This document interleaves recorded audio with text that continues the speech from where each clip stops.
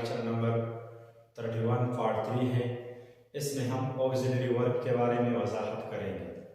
इससे पहले हमने वर्ब की अक़साम के बारे में वजाहत किया है, जिसमें प्रेजेंट वर्ब, कोहेटिव, इनकोहेटिव और रेगुलर इर्रेगुलर के वर्ब के बारे में हमने तफसील से पढ़ा है। तो आज पढ़ेंगे ऑक्सिलरी वर्ब के मुतालिक। ऑक्सिलरी वर्ब्स जिसको उर्दू में इमदादी अफ़आल कहा जाता है, यानी मुआविन अफ़आल, जो जुमले में दूसरी फेल की मुआविनत करता है, जो मेन वर्ब हो इसकी मदद करता है, तो इसको ऑक्सिलरी वर्ब कहा जाता है। तो चलते हैं डेफिनेशन की तरफ कि ऑक्सिलरी वर्ब्स क्या है।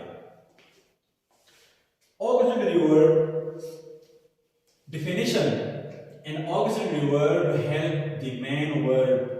Auxiliary verb यानी मुआविन फेल एक ऐसा फ़आल है जो मेन वर्ब की मदद तो करता है to tell what happened, और इस मेन वर्ब का वक़ू किस तरह से हो जाता है, यानी जब ये मदद करता है तो ये मेन वर्ब जो होता है ये किस तरह से वाक़ हो जाता है।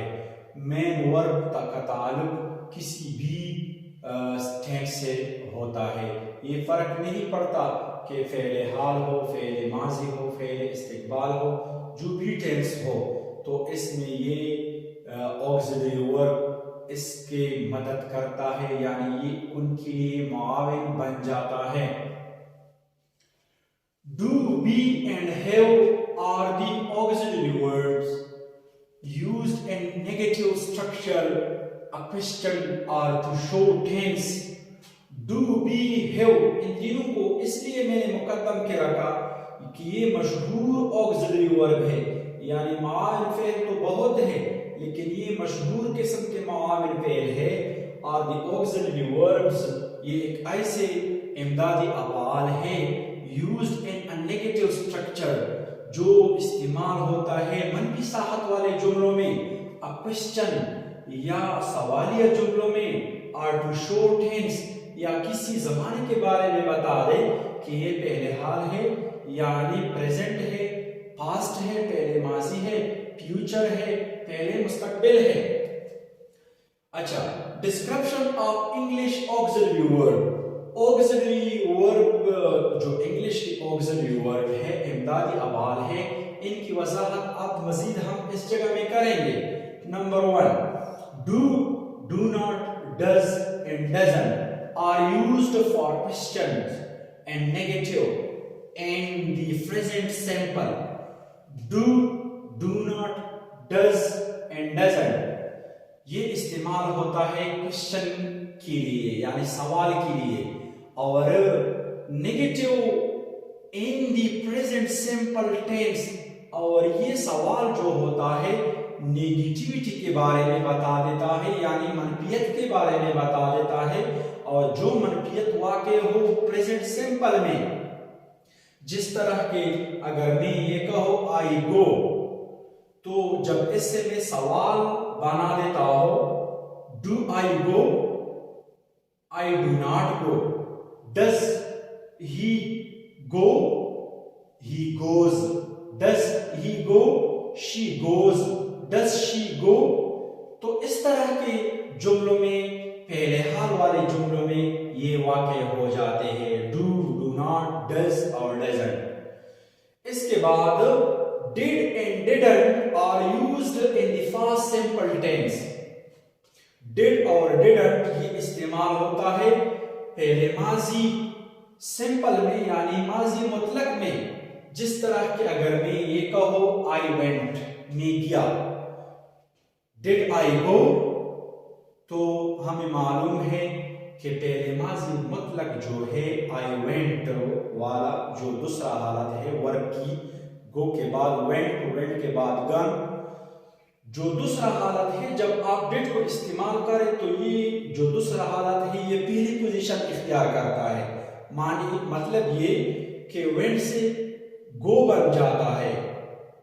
और इस तरह के ये सवाल जो है डिड वाला, ये मनफी के लिए भी इस्तेमाल इस्तेमाल होता है, और नेगेटिव जो सवाल है यानी नेगेटिव के रूप में भी इस्तेमाल होता है, और एफर्मेटिव के रूप में भी इस्तेमाल हो जाता है। अच्छा, ये सवाल हो या मुतलकन जुमला हो या सवाल ना हो तो फिर पास्ट सिंपल टेंस में डिड और डिड नॉट का इस्तेमाल किया जाता है। अच्छा, दूसरी नंबर पर है be. Be is used with the present participle. Be इस्तेमाल होता है प्रेजेंट पार्टिसिपल के साथ। प्रेजेंट पार्टिसिपल ये है गो के बाद आईएनजी लगाकर प्रेजेंट पार्टिसिपल कहा जाता है, मतलब कि इसमें मस्दर भी हम इसको कहते हैं। एंड कंटिन्यूअस वर्ब्स, और ये वर्ब की कंटिन्यूटी के बारे में इस्तेमाल हो जाता है, यानी आई गोइंग टू स्कूल, मैं स्कूल जा रहा हूं, यानी जो मेरा जाना है स्कूल को ये जारी है। यानी वर्ब यानी फेल की कंटिन्यूटी के बारे में बताता है, जारी रहने के बारे में बता देता है। इट इज आल्सो यूज्ड, इसके बाद इसका दूसरा इस्तेमाल जो है विद दी पास्ट पार्टिसिपल, यानी पहले माजी पार्टिसिपल में भी इस्तेमाल हो जाता है। पहले माजी पार्टिसिपल आपको मालूम है इंडीड पैसिव, और जब पहले माजी पार्टिसिपल में उस सूरत में इस्तेमाल किया जाएगा जब जुमला मारूफ ना हो यानी मजहूल हो। यानी मारूफ और मजहूल के बारे में मैं आपको बता देता हूं। अगर मैं किसी काम के मुतालिक बताऊं कि ये काम मुनीर ने किया, नवीद ने किया, तो इसको एक्टिव कहता है, यानी फाइल जो है या फेल है ये दोनों मालूम किस्म के हैं। अगर मैं ये कहूं कि ये काम किया गया, ना इसका फाइल मालूम है ना फेल के मुतालिक पता है कि किसने ये काम किया है, तो इसको मजहूल कहते हैं। यानी जो बी लफ्ज बी है ये मामिल फेल है, ये ऑक्सिलरी वर्ब है। पहले तो प्रेजेंट पार्टिसिपल के लिए तो इस्तेमाल किया जाता है, दूसरी सूरत में ये फर्स्ट पार्टिसिपल यानी पहले माजी पार्टिसिपल के लिए भी इस्तेमाल किया जाता है। पहले माजी पार्टिसिपल आपको मालूम है गो, वेंट सिर्फ सिंपल पहले माजी, गन फर्स्ट पार्टिसिपल यानी तीसरे वर्ग की जो तीसरी पोजीशन है इसमें भी ये इस्तेमाल किया जाता है, यानी लफ्जी बी को। अच्छा, थर्ड नंबर पे है मे एम्प्लॉइज फॉरबिशन, डाउट और पॉसिबिलिटी। में लफ्ज में जो इस्तेमाल होता है ये दलालत करता है इजाजत लेने की। डाउट शक के लिए भी इस्तेमाल किया जाता है, या पॉसिबिलिटी मुमकिनातों के लिए भी इस्तेमाल किया जाता है, यानी जिस बात का इम्कान हो। For example it may rain tonight, इम्कान है कि आज बारिश हो जाए। या परमिशन के लिए मे आई कम इन, मैं आ सकता हूं, तो इधर परमिशन के लिए इस्तेमाल हुआ। इसके अलावा ये डाउट शक और शुबा के लिए भी इस्तेमाल किया जाता है। फोर्थ नंबर पे है माइट। माइट जो है ये मे का दूसरी हालत है, जिस तरह के गो का दूसरी हालत वेंट है और तीसरी हालत गन है। ये दूसरी हालत है is the first form of May, ये फर्स्ट फॉर्म है यानी पहले माजी है मे का पहले माजी क्या है, माइट है, but it doesn't necessarily represent past time. लेकिन ये जरूरी नहीं कि ये पहले माजी के मुतालिक बता देगा, ये जरूरी नहीं। ये जो माइट लफ्ज है ये तो पहले माजी है, बजाते खुद पहले माजी है माइट, क्योंकि ये मे का दूसरी हालत है। दूसरी हालत हमें मालूम है तो माजी बन जाता है, लेकिन ये जरूरी नहीं कि आप इसके मानी और माजी के मानों में इस्तेमाल करें, यानी इसको आप पहले हाल के मानों के लिए भी इस्तेमाल कर सकते हो। ऑफन इट एम्प्लॉयज, अक्सर ये दलालत करता है मोर डाउट देन में, यानी में जो शुबा है जो शक है इसके बरअक्स माइट में ज्यादा शुबा पाया जाता है, ज्यादा शक शुबहात पाए जाते हैं। For example if the clouds are salted, अगर बादल जो है ये मजबूत बन जाए, साल्टेड इधर माना मजबूत कर लिया जाता है। द रेन माइट कम, इम्कान है, पॉसिबिलिटी है कि बारिश जो है जरूर आ जाए, यानी गालिब गुमान ये है कि इतना मजबूत बादल हो तो बारिश का आना जरूरी वाक़ हो जाता है, यानी गालिब गुमान ये है कि बारिश होने वाला है। तो इधर ये में के बराकस ज्यादा तकीद जुमले में पैदा कर देता है। अच्छा, इसके बाद कैन है। Can is used is express ability. Can जो है ये सलाहियत के मानों के लिए इस्तेमाल किया जाता है, एनर्जी के मानों के लिए इस्तेमाल किया जाता है, काबिलियत के मानों के लिए इस्तेमाल किया जाता है। He can do this work, वो ये काम कर सकता है, यानी उस बंदे में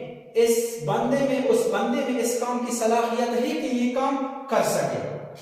अच्छा, छठे नंबर पर है could. Could is the first form of can. जिस तरह के में माइट दूसरी हालत था, यानी फेले माजी था में का, इस तरह कुड भी कैन का फेले माजी है। But it doesn't necessarily represent first time, लेकिन ये जरूरी नहीं कि ये पहले माजी की वजाहत करे, यानी पहले हाल में भी इस्तेमाल किया जाता है या पहले इस्तिकबाल में भी इस्तेमाल किया जाता है। अच्छा, often it implies a more uncertain condition then, ये अक्सर औकात ज्यादा अनसर्टेनिटी के कैफियत के हालत में इस्तेमाल किया जाता है, यानी कैन के बरअक्स कुड जो है इसमें ज्यादा अनसर्टेनिटी है, यानी गैर यकीनी सूरत हाल के लिए इस्तेमाल किया जाता है। For example, she could refuse, यानी वो इनकार तो कर सकता है, जरूर इनकार कर सकता है, बट शी नेवर डज, लेकिन वो इनकार करेगा नहीं। अगर मैं इस जुमले की वजाहत यूं करो, अगर मैं इस बंदे से या मनोवर शाह से इस पेन का मुतालिबा करो कि ये पेन मुझे दे दो, मैं अपने दिल में कहता हूं कि ऐसा ना हो कि ये इनकार कर सके, यानी मेरा गालिब गुमान ये हो कि ये मुझे इनकार करे, तो ये ज्यादा अनसर्टेनिटी की कैफियत के लिए माइट इस्तेमाल किया जाता है। अच्छा, सातवें नंबर पर है should. Should is the first form of shall, ये शल की पास्ट फॉर्म है, यानी शल के फेले माजी है। जिस तरह के में के माइट था, किन के कुड था, शुड शल की शुड है। इट इज यूज्ड इन सब coordinate clauses after in case and sometime after it. ये कोऑर्डिनेटेड क्लॉज में इस्तेमाल किया जाता है। कोऑर्डिनेटेड क्लॉज आप समझेंगे कि कोऑर्डिनेटेड क्लॉज क्या है, मैं आपको बता दूंगा। ये कोऑर्डिनेटेड क्लॉज से पहले भी वाक़ होता है और बाद में भी, समटाइम आफ्टर इट, लेकिन ज्यादातर कोऑर्डिनेटेड क्लॉज के बाद ये वाक़ आ सकता है। If you should see Ali, अगर तुमने अली को देखा, गिव हिम माय रिगार्ड, तो अली को मेरा हवाला दे दो। मतलब ये कि if you should see Ali, तो ये कोऑर्डिनेटेड क्लॉज है, पूरा जुमला नहीं है। पूरा जुमला तो इसके बाद से बन जाता है, गिव हिम, उसको दे दो, माय रिगार्ड्स, मेरे मुतालिक हवाला। तो इधर जो इस्तेमाल हुआ है ये कोऑर्डिनेटेड क्लॉज की सूरत में इस्तेमाल हुआ है, यानी पहले वाले जुमले का जो रबत है माँ बाद जुमले से है, बाद वाले जुमले से है, और बाद वाले जुमले का जो रबत है ये मफहूम पहले वाले के माने पर दे देता है। यानी ये जुमले दो जो है, यू शुड सी अली, यहां तक सब कोऑर्डिनेटेड क्लॉज है, यानी इस जुमले का जोड़ तो इससे है और इस जुमले का जोड़ तो इससे है, और यह कोऑर्डिनेटेड क्लॉज वाकई हुआ है। तो उम्मीद है कि आपने अंडरस्टैंड किया होगा। मुनीर नवीद, इंशाअल्लाह इस तरह के लेक्चर हम मजीद डिस्कस करते रहेंगे। तो थैंक यू, अल्लाह हाफिज।